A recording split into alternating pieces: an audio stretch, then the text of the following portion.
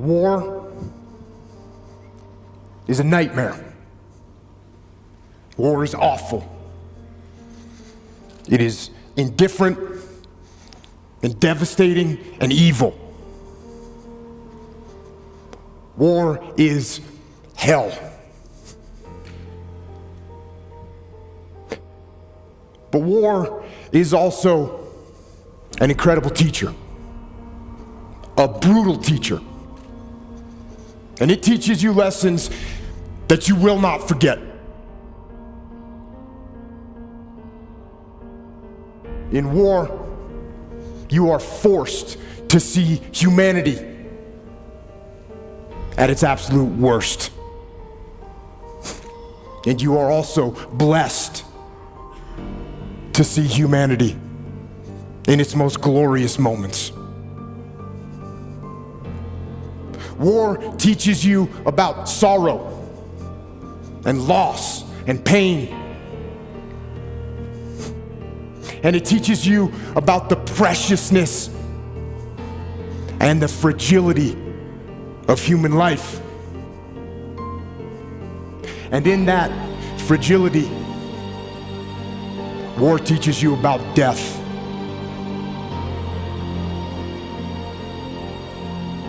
But war also teaches you about brotherhood and honor and humility and leadership. And unfortunately, war teaches you the most when things go wrong. And for me, one of the most impactful lessons that I learned from war was in the spring of 2006 in the city of Ramadi, Iraq, which at the time was the epicenter of the insurgency, where brutal and determined terrorists ruled the streets with torture and rape and murder. And it was in one neighborhood of that city during an operation that I was in charge of when all hell broke loose. We had multiple units out on the battlefield fighting the enemy. We had friendly Iraqi soldiers, we had US Army soldiers and US Marines, along with small elements of my SEAL team. And then the fog of war rolled in with its confusion and chaos and mayhem, and with its gunfire and enemy attacks and screaming men and blood and death. And in that fog of war, through a series of mistakes and human error and poor judgment and Murphy's Law and just plain bad luck, a horrendous firefight broke out. But this firefight, it wasn't between us and the enemy. This firefight, tragically, was between us and us. Friendly forces against friendly forces, fratricide, the mortal sin of combat, and the most horrific part of war. And when it was over, and the fog of war lifted, one friendly Iraqi soldier was dead, 2 more were wounded. One of my men was wounded, the rest of my SEALs were badly shaken. And it was only through a miracle that no one else was killed. And it was reported up the chain of command what had happened. That we had fought and wounded and killed each other. And when we got back to base, things didn't get much better. There was a message waiting for me from my commanding officer. And it said, shut down all operations. It said that the commanding officer, the master chief, and the investigating officer were inbound to my location. And they told me to prepare a debrief to explain exactly what had happened on the operation and what had gone wrong. Now, I knew what this meant. It meant that somebody had to pay. It meant that somebody had to be held accountable. It meant that somebody had to get fired for what had happened. So, I began to prepare my debrief. And in it, I detailed every mistake that was made and who made it. And I pointed out every failure in the planning and the preparation and the execution in the operation. And I pointed out who was responsible for that failure. There was plenty of blame to go around. There were so many people that I could incriminate with guilt. But something wasn't right. For some reason, I just couldn't put my finger on who was at fault and who specifically I should blame for what had happened. And I sat and I went over it again and again, and I struggled for an answer.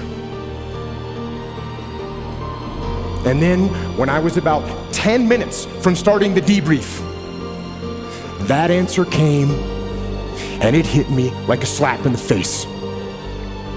And I realized that there was only one person to blame for the confusion, only one person to blame for the wounded men, and only one person to blame for the dead Iraqi soldier. And I knew exactly who that person was. And with that knowledge, I walked into the debriefing room with my commanding officer, and the master chief and the investigating officer were sitting there waiting for me, along with the rest of my men, including my SEAL that had been wounded, who was sitting in the back of the room with his head and his face all bandaged up. And I stood up before them and I asked them one simple question. Whose fault was this? One of my SEALs raised his hand. And he said it was my fault. I didn't keep control of the Iraqi soldiers I was with. And they left their designated sector, and that was the root of all these problems. And I said, no, it wasn't your fault. And then another SEAL raised his hand and said it was my fault. I didn't pass our location over the radio fast enough, so no one knew what building we were in, and that's what caused all this confusion. It was my fault. And I said, no, it wasn't your fault either. And then another SEAL raised his hand. And he said, boss, this was my fault. I didn't properly identify my target. And I shot and killed that friendly Iraqi soldier. This was my fault. And I said, no, this wasn't your fault either. And it wasn't yours or yours or yours, I said as I pointed to the rest of the SEALs in the room. And then I told them that there was only one person at fault for what had happened. There was only one person to blame. And that person was me. I am the commander. I am the senior man on the battlefield, and I am responsible for everything that happens. Everything. And then I went on to explain to them some new tactics, techniques, and procedures that we were going to implement to ensure that this kind of travesty never happened again. And I will tell you something, it hurt. It hurt my ego. It hurt my pride to take the blame. But I also knew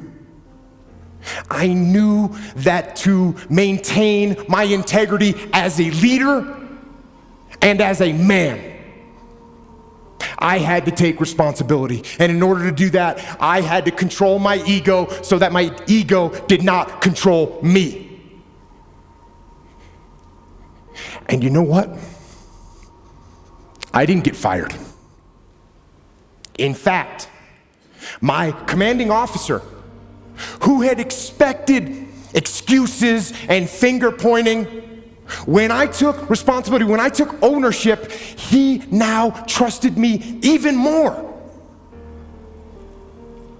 And my men, they didn't lose respect for me. Instead, they realized that I would never shirk responsibility, and I would never pass that heavy burden of command down the chain and onto them. And you know what? They had the same attitude.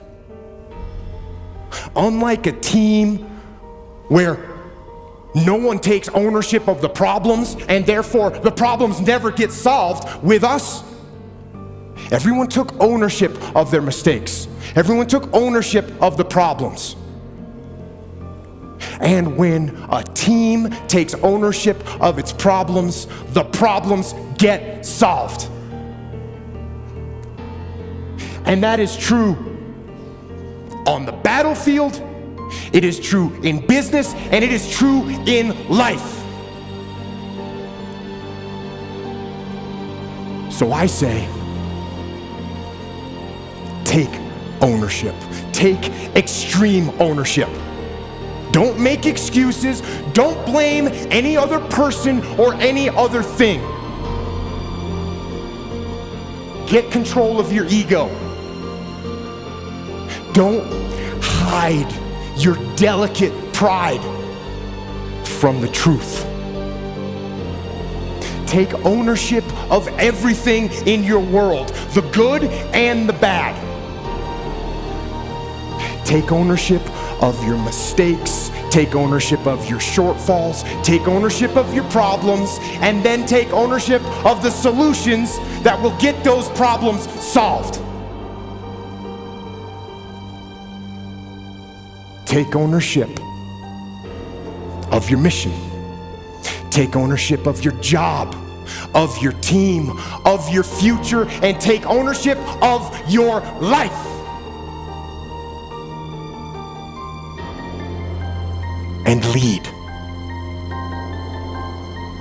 Lead. Lead yourself and your team and the people in your life. Lead them all to victory.